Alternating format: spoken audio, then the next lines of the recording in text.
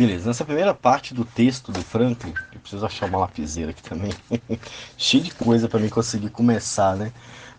Sou assim, eu acho que eu sou velho, eu tô ficando velho. Agora eu consigo aqui apoiar o livro. Essa primeira parte vai falar sobre o caminho religioso natural que o mundo está tomando, tá? A sua cosmovisão tem sido transformada e, curiosamente, tem sido levada por uma cosmovisão pós-moderna, mística, relativista, e isso tem influenciado a igreja. Então vamos ver o que, que o nosso professor fala a respeito disso. É muito curioso, tá, gente, que o mundo caminhe para algo místico, tá? Nós vimos muito isso, né? Que o mundo caminhava para o ateísmo, mas na verdade o que acontece é que não existe pessoa ateu. Não existe ateísmo de verdade. Todo mundo é religioso.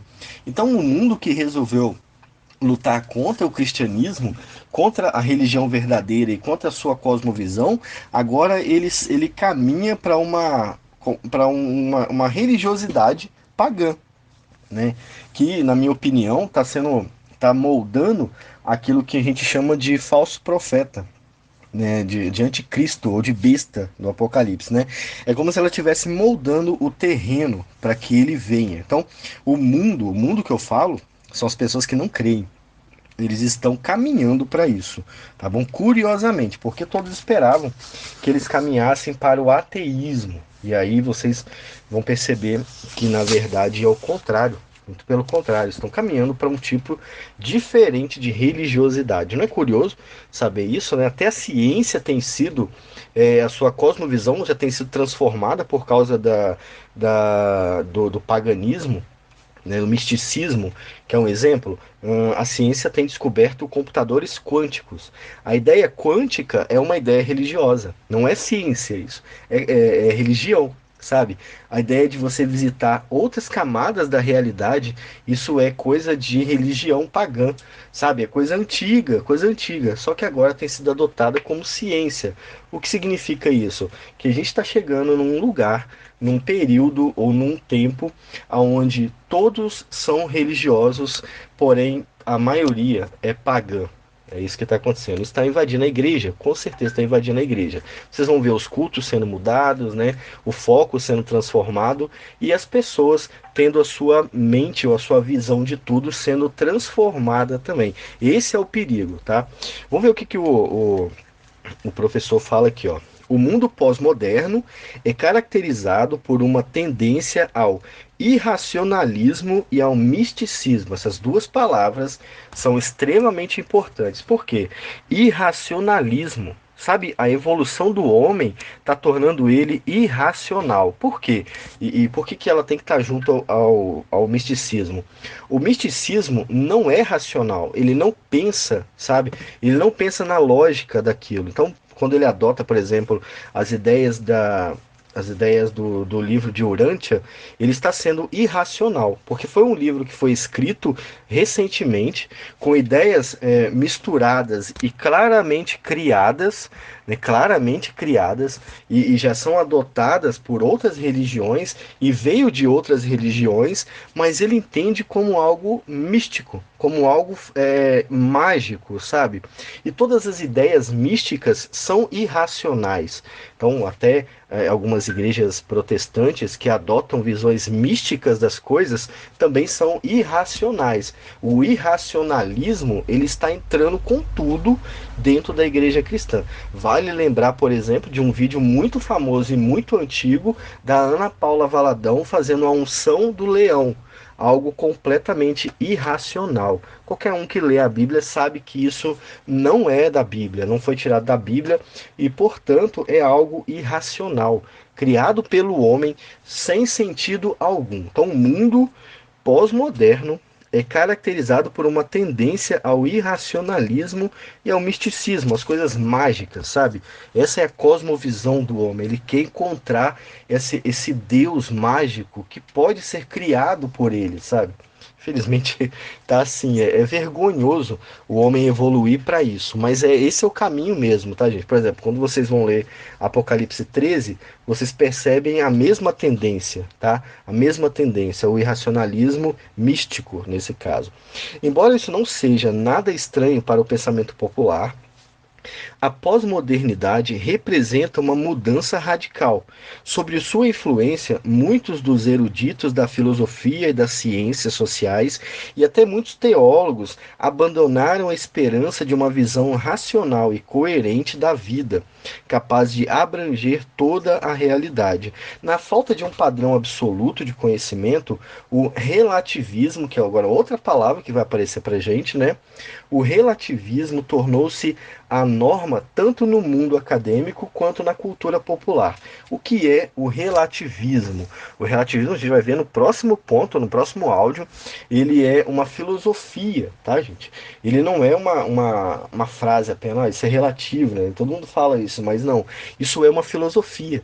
Tá vendo como a gente não sabe de onde vem as coisas? Mas quando você fala que isso é relativo, você está usando a filosofia relativista. Tá? A gente vai entender mais pra frente. Mas na falta do padrão, o padrão que as normas, as regras, sabe, as doutrinas, na falta da doutrina absoluta, né, do ponto absoluto de conhecimento, na falta da Bíblia, né, o relativismo ele torna-se uma norma, né, ou seja, o que é verdade para você pode não ser verdade para mim e as duas coisas podem ser verdades ao mesmo tempo.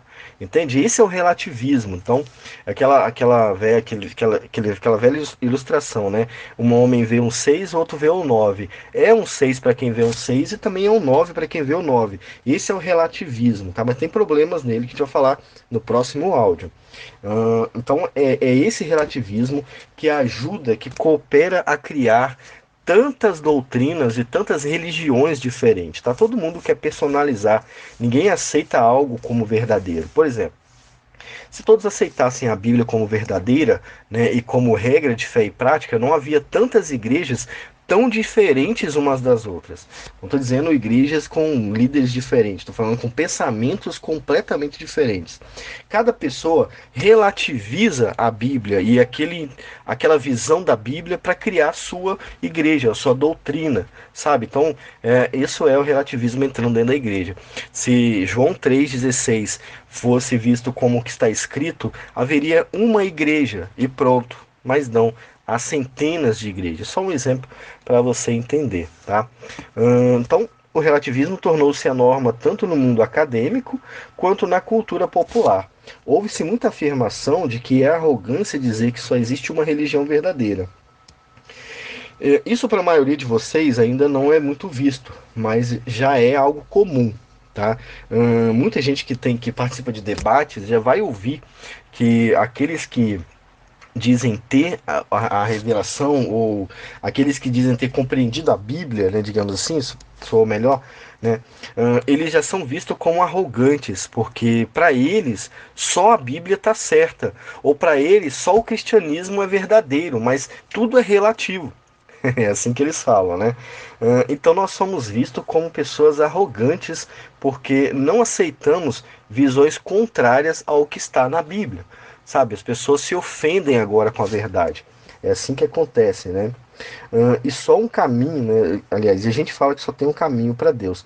Tal atitude é considerada intolerante, sendo assim, não pode ser aceita. Então, esse relativismo, ele vai ignorar um padrão de verdade, para ele não existe um padrão de verdade, tudo pode ser verdade, né? Depende da pessoa, isso é relativo, e ele não aceita que exista um padrão de verdade, seja a Bíblia, na filosofia relativista, ela é mais uma verdade, ela não é a verdade. Por isso que para entrar no grupo Palavras em Chamas, existe uma pergunta lá que é o seguinte: você crê que a Bíblia contém a palavra de Deus ou que ela é a palavra de Deus?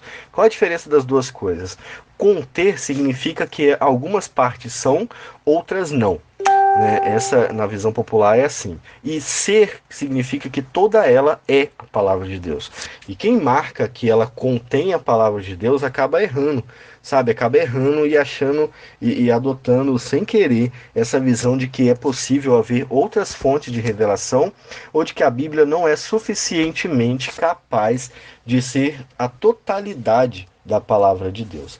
Esse é um erro muito comum, por mais incrível que pareça, beleza? Então, nós vimos aqui que a pós-modernidade, o misticismo e o relativismo moldam a cosmovisão mundana e influenciam a igreja. O crente, como intolerante, né, ele fica como intolerante ao afirmar que só existe uma religião verdadeira e o mundo buscando algo místico para viver uma experiência religiosa. Tudo isso acabou entrando na igreja e a nossa cosmovisão atual, ela, assim, querendo ou não, ela é meio que influenciada por todas essas coisas. A ideia é que a gente abandone esses pontos, né? A mística, né? A mística irracional, o misticismo irracional, uma doutrina que foi criada ou que não existe na Bíblia, tudo isso tem que ser abandonado com o tempo e adotado a palavra de Deus. Nós literalmente precisamos ser os arrogantes de acordo com a cultura popular, beleza? Nosso ponto B agora vai tratar sobre o relativismo e há como lutar contra o relativismo, tá, gente? Há como lutar. Eu vou falar isso no próximo áudio.